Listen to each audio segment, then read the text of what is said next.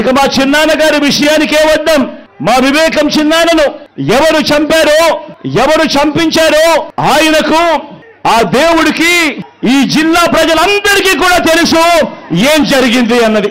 కానీ బురద జల్లేందుకు ఇద్దరు చెల్లెమ్మలను ఎవరు పంపించారో, వారు వెనకాల ఎవరు ఉన్నారో మాత్రం మీ అందరికీ కూడా రోజు కనిపిస్తూనే ఉంది.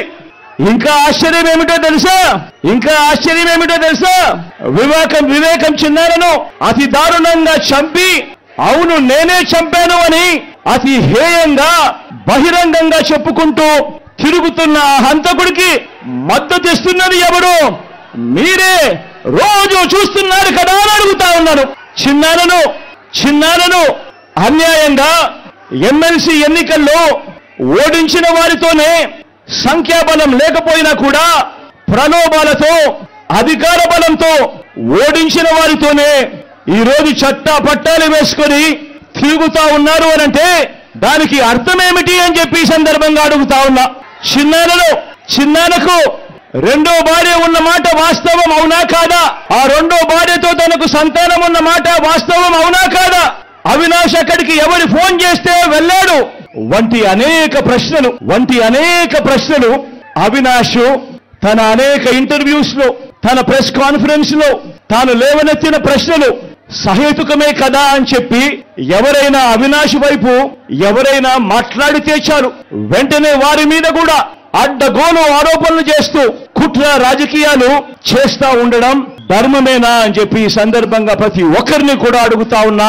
ఆలోచన చేయమని చెప్పి ప్రతి ఒక్కరిని కూడా అడుగుతా ఉన్నా. ఇలా చిన్నాన్నను ఓడించిన వారిని గెలిపించాలని తిరగడం కంటే దిగజారుడు రాజకీయాలు ఎక్కడైనా ఉంటాయా అని చెప్పి ఈ సందర్భంగా అడుగుతా ఉన్నా.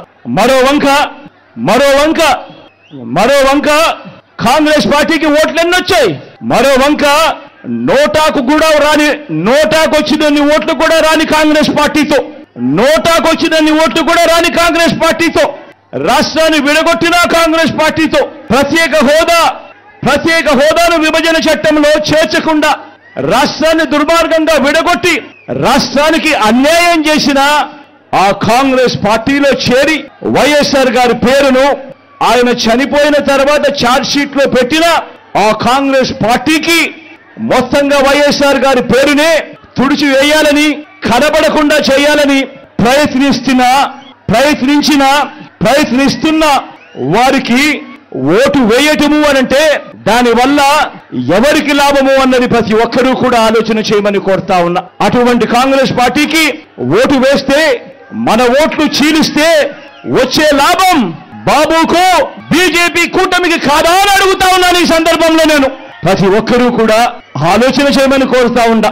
ఇదంతా కూడా మన ఓట్లను విడగొట్టి వాళ్ళను గెలిపించాలనే ప్రయత్నం కాదా అని అడుగుతా ఉన్నాను ఈ సందర్భంగా.